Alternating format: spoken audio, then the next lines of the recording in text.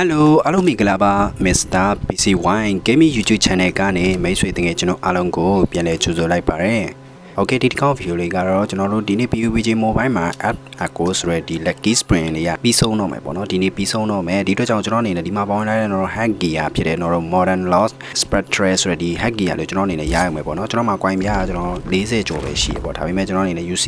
900ကျော်သုံးပြီးတော့ဒီ coin ပြားတွေကိုထပ်ယူမယ်ပေါ့နော် Okay ခုတော့ကျွန်တော်အနေနဲ့ coin ပြားတွေလည်းအများကြီးရလိုက်ပေါ့ဗျာခုတော့ကျွန်တော်အနေနဲ့ coin ပြားကcoin ပြား55ခုရှိသွားပြီပေါ့ဗျာဒီ coin ပြား55ခုမှာခုကျွန်တော်10ချိန်တစ်ခါထဲမှာကျွန်တော်မီလင်းတစ်ခုလည်းပေါက်ခဲ့တယ်ပေါ့နော် Okay ခုတော့ကျွန်တော်အနေနဲ့ coin ပြား55ခုရသွားပြီဒီမှာကျွန်တော်အရင်ကြက်ရတဲ့တော့ hack gear ကိုလည်းယူလို့ရတယ်ပေါ့နော်ပြီးတော့တခြားတော့ဘာရအောင်မလဲဆိုတော့ကျွန်တော်တင်ပြောမယ်ဆိုရင်တော့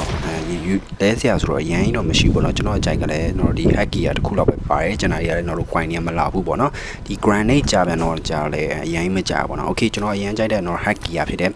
modern lost spectre ဆိုဒီ hack gear ကျွန်တော်အနေနဲ့ coin ပြ50နဲ့လဲလိုက်တော့မယ်ပေါ့နော် Okay ခုတော့ကျွန်တော်အနေနဲ့ဒီ hack gear ကိုရရှိခဲ့ပြီပေါ့နော် Okay ဒီ modern lost spectre ဆိုဒီ hack gear တော်တော်လေးတော့မိုက်တယ်ပေါ့နော်ကျွန်တော်ကတော်တော်လေးကြိုက်တယ်သူ့ရဲ့ပုံစံကပြန်တော့အဖိုးကြီးပုံစံမျိုးမှာလုံးဝMangan thread design မျိုးပေါ့နော် Okay ဒါဆိုတော့ကျွန်တော်ဒီ hack gear တွေတော့တစ်ချက်ဝစ်ကြည့်လိုက်အောင်မယ်ပေါ့နော်သူ့ရဲ့ hack gear တော့ကျွန်တော်တို့တခြားသော skin အနေနဲ့ဆိုရင်တော့ light မဲ့ပုံစံမျိုးတွေပေါ့နော်ပြောရမယ်ဆိုရင်ဒီကောင် gangster လို့ mafia လို့ပေါ့နော်အဲ့လိုမျိုး